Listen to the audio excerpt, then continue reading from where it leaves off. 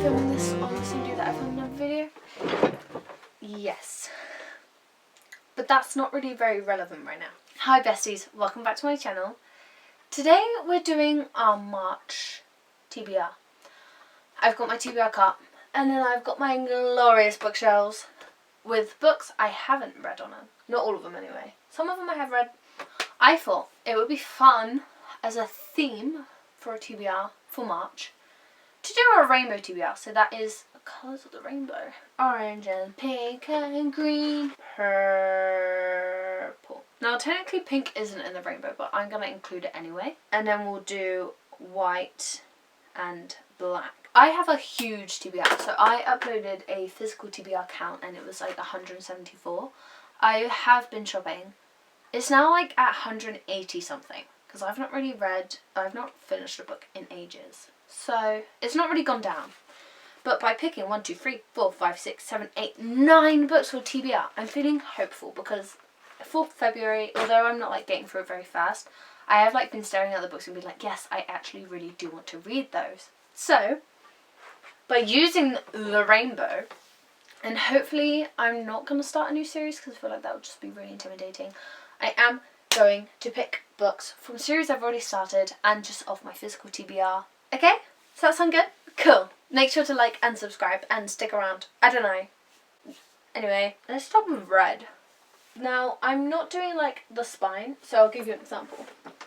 My copy of Animal Farm by George Orwell has a red spine. Like that is a small book. That's red. But like the cover, the main cover, the colour of the cover is white. Dominant colour of the cover is the colour cover I'm picking. I actually don't own a lot of red books. We have Acta, which I've read. We have The Secret Language of Anatomy, which I've read. We have Lover's Discourse, which I've read. We have some more options on the book cart. You can't see them, but I'll hold them up. We have The Da Vinci Code by Dan Brown. Clara and the Sun by Kazuo Ishiguro. And on this side, okay, we have Little Women by Louisa May Alcott, which is, it's got scissors on it, but the dominant colour is red. And then we have Bethany Clift's Love and Other Human Errors. I don't really know what vibe I'm going for. I've not really read like a mystery suspense novel in a while, but it is always on my radar. The Da Vinci Code is always on my radar. Clara and the Sun I definitely will not be reading because I always put it on TBR and it never feels quite like the right time. But I am going to pick between Dan Brown or Love and Other Human Errors. So Dan Brown's The Da Vinci Code is a book, I believe it's the second book in his Robert Langdon series. So that's like a series where a bit like Sherlock Holmes, where you don't really have to read them in order, but you can if you want. They work as standalone, so that's why I didn't even know it was part of like a sister series, if you will. And then this one is Love and Other Human Errors, is like a witty rom-com. I don't think I'm ever going to fall in love, but someone's telling me I have to anyway.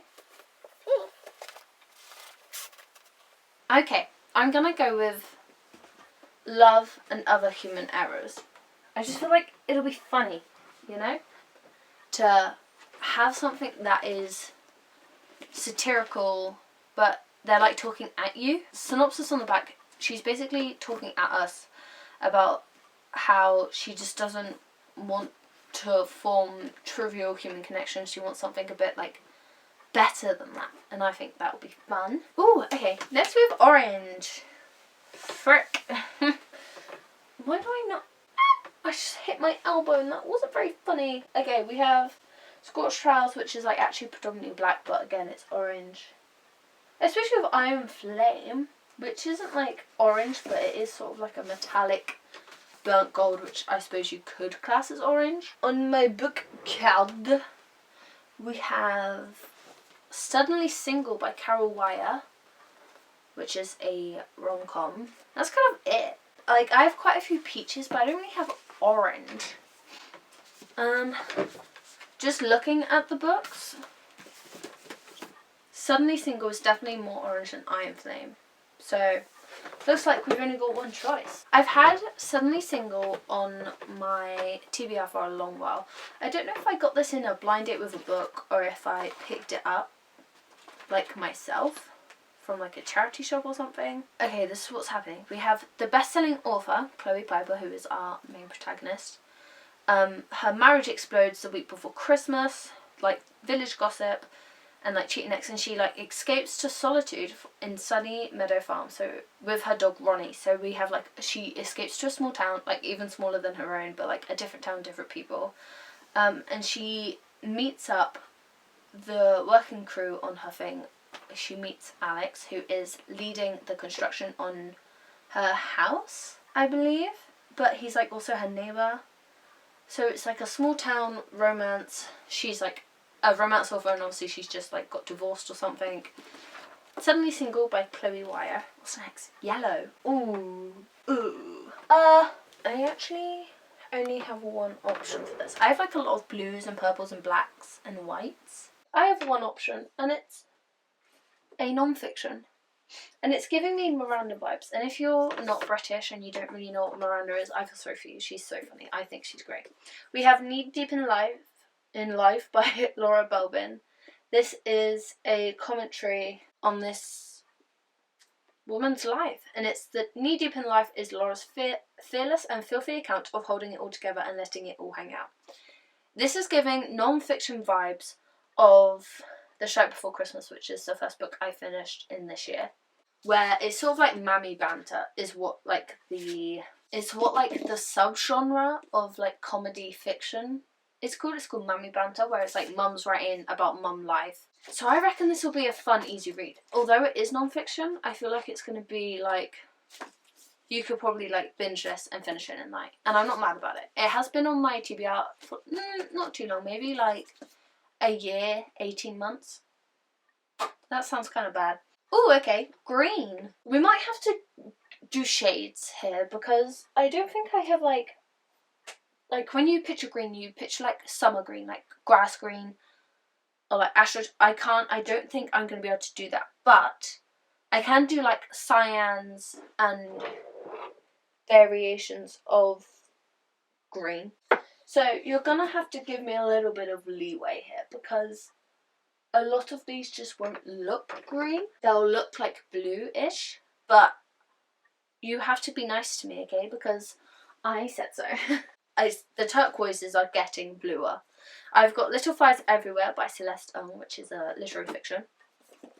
Sally Rooney's Beautiful World, Where Are You? Again, we're getting like more cyan. And then The First to Die at the End by Adam Silvera is like definitely a bluish. It's more blue than it's green, so we'll put that one back. I mean, it was worth a shot, right? But out of these two, I mean, they are both like blue. This one's definitely more like cyan than this one is green. So I'm going to actually put that one back. How do I not own a green book? I feel like green's quite I mean, the only like green book I have is Terms and Conditions by Lauren Asher. And I read that. You know, I read that last year. I don't have... See, now if I had Twisted Lies, I could have read that, but I don't own it, so... Looks like this is the greenest book I have. I mean, the spine is like kind of green. It's like a murky moss turquoisey green. Who would have thought green would be so hard? Okay, we have Little Fires Everywhere by Celeste Ng. The issue with this is I like struggled to get through everything I Never Told You, just because it was like my first literary fiction, and I feel like her writing style is like kind of dense until you get to the end and it all comes together. I'm gonna just stop thinking about it. I'm just gonna go for this one. It's not gonna look very green. Okay, compared to the yellow, it does look kind of green. See, we've gone from having like 0 options to having a lot of options because we are on blue. All of my books are blue. On my TBR cart, I would say 60% are actually blue. So really it's down to me to pick a book I am most interested in. So I think if I just like whiz through and pick a few. I don't think there's anyone here that I'm really... This one, let's pick one from the... I'm going to give myself 3 options to play with. Okay, I have 3 options. 3, I think, are very different. We have Santa Montefiore's An Italian Girl in Brooklyn. Boyfriend Material by Alexis Hall, which I know has red on it, but there's more blue squares, so it counts. And then we have The Fault in Our Stars by John Green. Now I'm looking at the literature I've already picked out of the 4 books, and we have like basically 2 to 3-ish romances. So 2 defo romances, and then one that either of them could lend to romance in a quite strong way. And Fault in Our Stars and Boyfriend Material are definitely romances. I don't really want another satirical, so maybe An Italian Girl in Brooklyn, which is, it's not like, I've not read the One True Loves by Taylor Jenkins Reid, but I feel like it's going to be quite similar to that, where we follow one person in 2 different timelines, and we have her in Italy and then we have her in New York. But it's blue, majoritively. So, I'm going to go for Santa Montefiore's An Italian Girl in Brooklyn. I'm going to shove these 2 back on the cart. Anyway, we're on to purple. Now, I have purple books. They're either like witchy rom-coms or Christmas books. And I don't really want to read either, even though I'm both... Oh! Found one! Yes! Okay. Oh, this is a good one to read right now, because the movie's coming. Fun. It goes against everything I said, but it's a good option. I've got 2. That's fine. Okay, so we've got 2. We've got 1 romance and 1 like fantasy romance.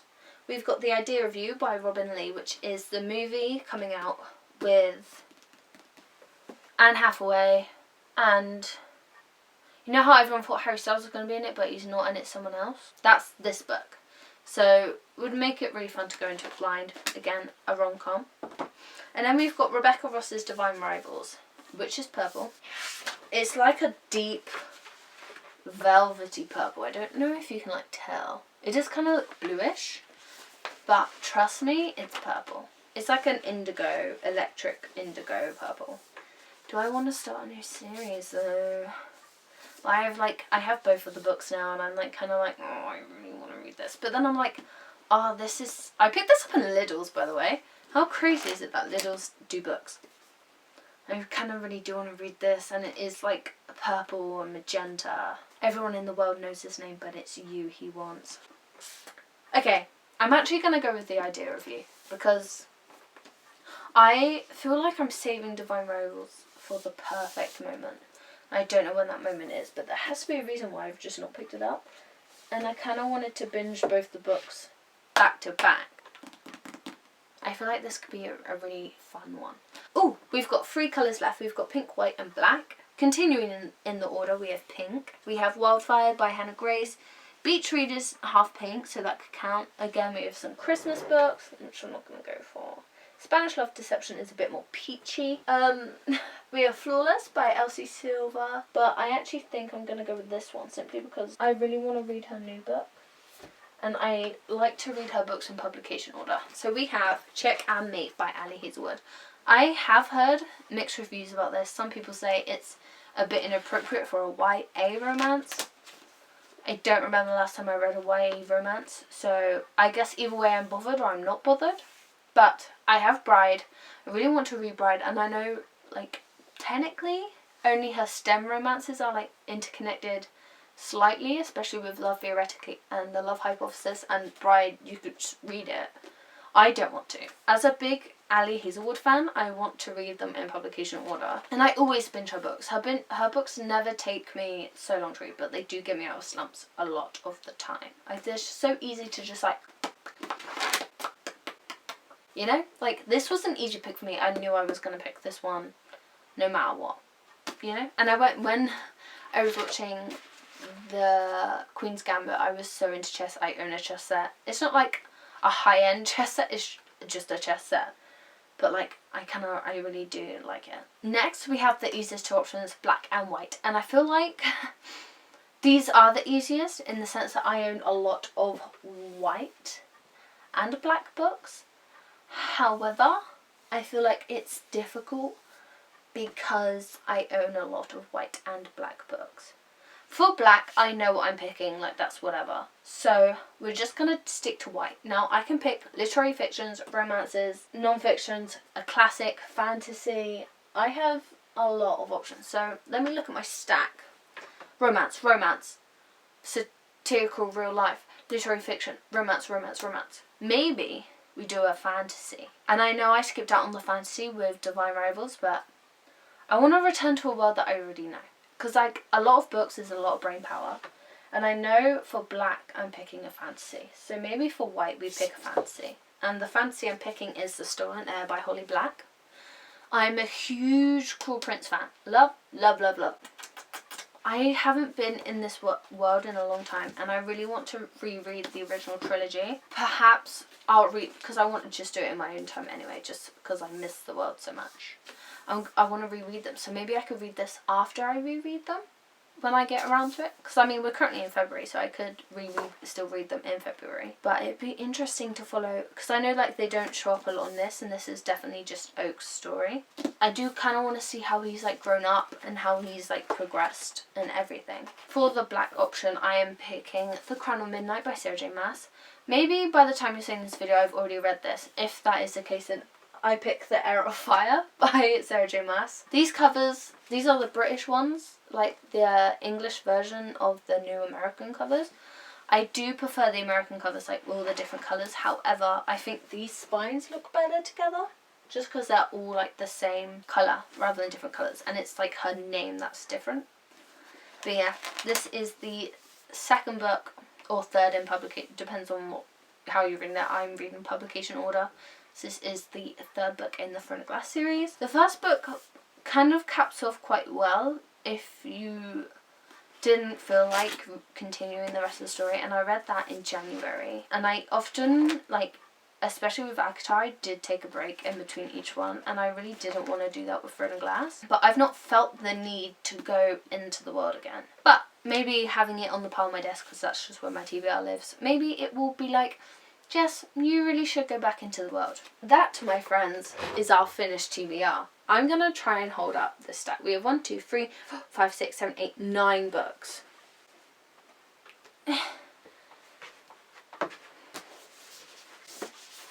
So as a recap, in today's video we picked a book for my March TBR from every colour in the rainbow. Some of them are more questionable, though now I'm looking at Little Fires Everywhere. In between both yellow and blue, it is looking more green. So I'm stuck. I'm actually like stuck. I can't hold this many books in one pile. Oh no. We've got Bethany Cliff's Love and Other Human Errors, Suddenly Single by Carol Wire, Knee Deep in Life by Laura Belbin, Little Fires Everywhere by Celeste Ng, Santa Montefiore's An Italian Girl in Brooklyn, The Idea of You by Robin Lee, Check and Mate by Ali Hazelwood, The Stolen Heir by Holly Black, and Crown of Midnight by Sarah J Maas. But like, I feel like we've got a nice gradient going on, and I'm very proud of this stack of books. I think this might be the prettiest TBR I've ever like curated, and these are all books that have been on my TBR for a bit, like definitely longer than 2 months at a time, and like some of them have been on here for years. So it's good. This is a good fun way to get through your physical TBR, and like obviously it'd be great if I read my whole TBR, but if I don't like sanction myself or anything. It's just what happens on that day. But thank you for watching, and I hope you liked the video. Let me know if this is like a good idea or if it's a bit too ambitious, because I know it is like, as like an average pace reader, I know it is a lot. Some months I do read quite a lot of books, and that's fine. But I tend to read more books when I don't set a TBR, because I don't know if it's just like a subconscious thing, but I am excited to reach for these books, so it makes it a bit better. But yeah, I hope you had a fun time. Hope you're having a good day, and I'll see you again soon.